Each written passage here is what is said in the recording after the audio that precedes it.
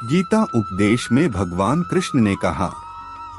जो पुरुष इस एक अक्षर रूप ब्रह्मा को उच्चारण करता हुआ और उसके अर्थ स्वरूप मुझ निर्गुण ब्रह्मा का चिंतन करता हुआ शरीर को त्याग कर जाता है, वह पुरुष परमति को प्राप्त होता है। हे अर्जुन, जो पुरुष मुझ में अनन्य चित्त होकर सदा ही निरंतर मुझ पुरुषोत्तम को स्मरण करता है, उस नित्य निरंतर मुझ में युक्त हुए योगी के लिए मैं सुलभ हूँ, अर्थात उसे सहज ही प्राप्त हो जाता हूँ। परम सिद्धि को प्राप्त महात्मा जन मुझ को प्राप्त होकर दुखों के घर एवं क्षण भंगुर पुनर्जन्म को नहीं प्राप्त होते। हे अर्जुन,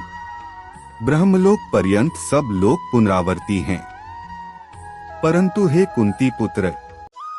मुझको प्राप्त होकर पुनर्जन्म नहीं होता, क्योंकि मैं कालातीत हूँ और ये सब ब्रह्मादि के लोक काल के द्वारा सीमित होने से अनित्य हैं। ब्रह्मा का जो एक दिन है उसको 1000 चतुर्युगी तक की अवधि वाला और रात्रि को भी 1000 चतुर्युगी तक की अवधि वाली जो पुरुष तत्व से जानते हैं, वे योगीजन काल के तत्व को जानने वाले हैं।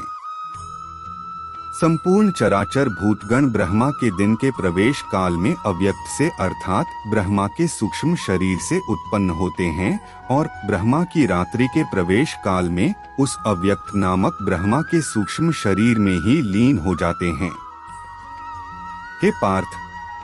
वही यह भूत समुदाय उत्पन्न होकर प्रकृति के वश में हुआ रात्रि के प्रवेश काल में लीन होता है और दिन के प्रवेश काल में फिर उत्पन्न होता है।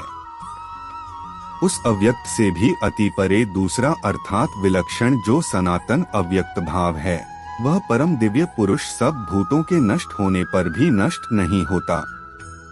जो अव्यक्त अक्षर इस नाम से कहा गया है, उसी अक्षर नामक अव्यक्त भाव को परमति कहते हैं तथा जिस सनातन अव्यक्त भाव को प्राप्त होकर मनुष्य वापस नहीं आते, वह मेरा परम धाम है। हे पार्थ, जिस परमात्मा के अंतर्गत सर्वभूत हैं और जिस सच्चिदानंद घन परमात्मा से यह समस्त जगत परिपूर्ण है, वह सनातन अव्यक्त परम पुरुष तो अनन्य भक्ति से ही प्राप्त होने योग्य है।